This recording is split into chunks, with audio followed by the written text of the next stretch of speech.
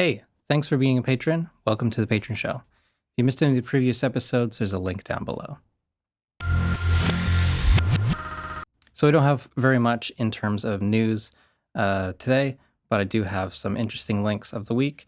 First up is a configuration file for REAPER from Breeder. He is one of the early SWS contributors, and he's written a bunch of scripts. What he's done here is a customized version of REAPER that is his ideal situation. And it's pretty interesting. He's got a website for it, and in the gallery, you can see some of the customizations that he's done. It's mostly like keyboard shortcuts and the toolbars and things like that he set up. I don't think it's a custom theme in here or anything like that. But there's like mapping files and you know, he's got quite a bit of stuff here. I don't know if he has much for documentation, but you can download it. And if you want to support his project, you can purchase some of his premium content as a sort of a donation kind of thing.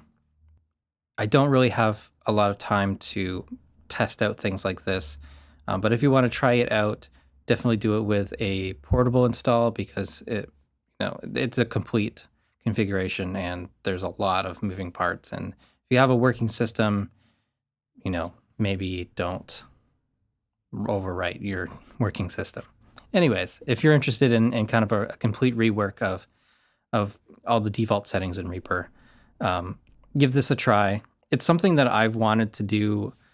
I've been saying for probably 5 or 6 years, it's something that I wanted to do, to build a configuration of better defaults and sell that or give it away or something, but I've never done it because it's just an insane amount of work once you start writing down all the things that need to be changed.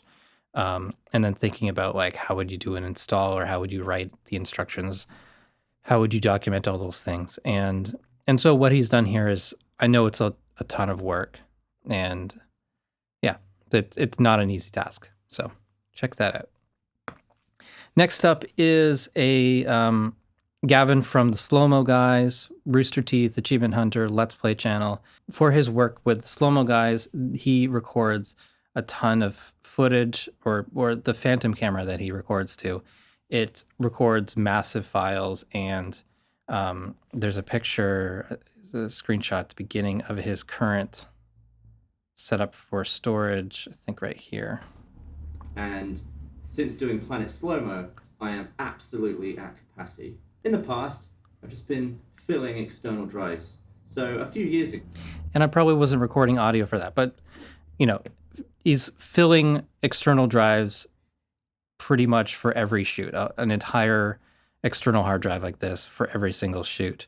He has no redundant backup of this stuff because it's just so big. He had a ton of people telling him to make a server along with Linus Tech Tips. He's done servers for other YouTubers. And so he configured this setup, and basically the amount of storage in it is 130 terabytes, and it lasted 3 months. He had it for 90 days, and he completely filled it, or very close to it. He's talking about it at the end, how he completely filled it up, which is insane. I feel very lucky that my video recordings are very tiny compared to his. So if you're interested in setting up a server for, file storage and, fast access and redundancy and archives and all that kind of stuff, I've found this to be a really interesting video. Next up is some game audio goodness. This is the weapon audio of Borderlands 3. They took a modular approach to the sounds in this. They did do, of course, like weapon recordings, gunshot recordings and stuff like that, but they made all the different pieces of the gun modular, and because the system is like, it randomly generates new guns based on these different pieces, so there's so much variety in the game.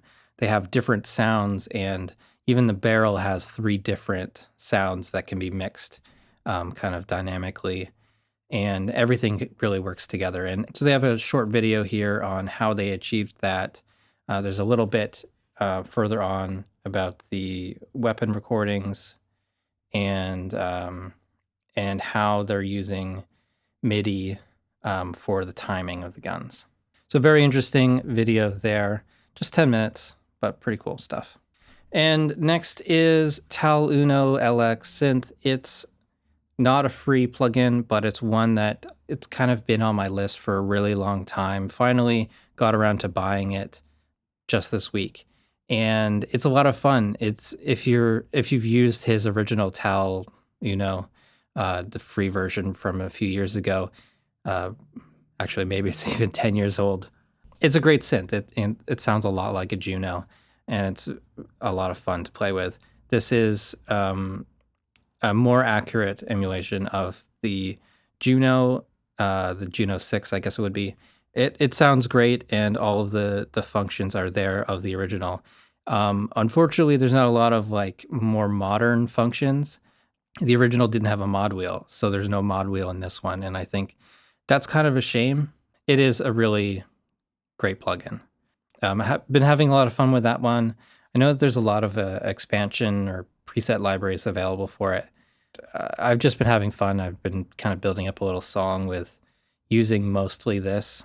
I think I'm up to like 7 layers of it, but just trying to learn how to make different sounds from it, going through the presets. I haven't even gone through the full preset library, but there's a lot of great sounds, awesome bass sounds, and the Juno is just such a classic sound.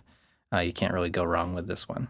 I will have an affiliate link for this, so if you want to support the Reaper blog, get some plugins, there's a link there. So that's it for the Patron show this week. This is episode 22, I think. Doing a pretty good job keeping up with this. Every Wednesday or Thursday morning this comes out. And yeah, it's good to keep this as part of the routine. So yeah, if you have any questions, let me know. Thanks again for being a patron. Really appreciate you. And thanks for being a part of the community. I'll see you guys next time.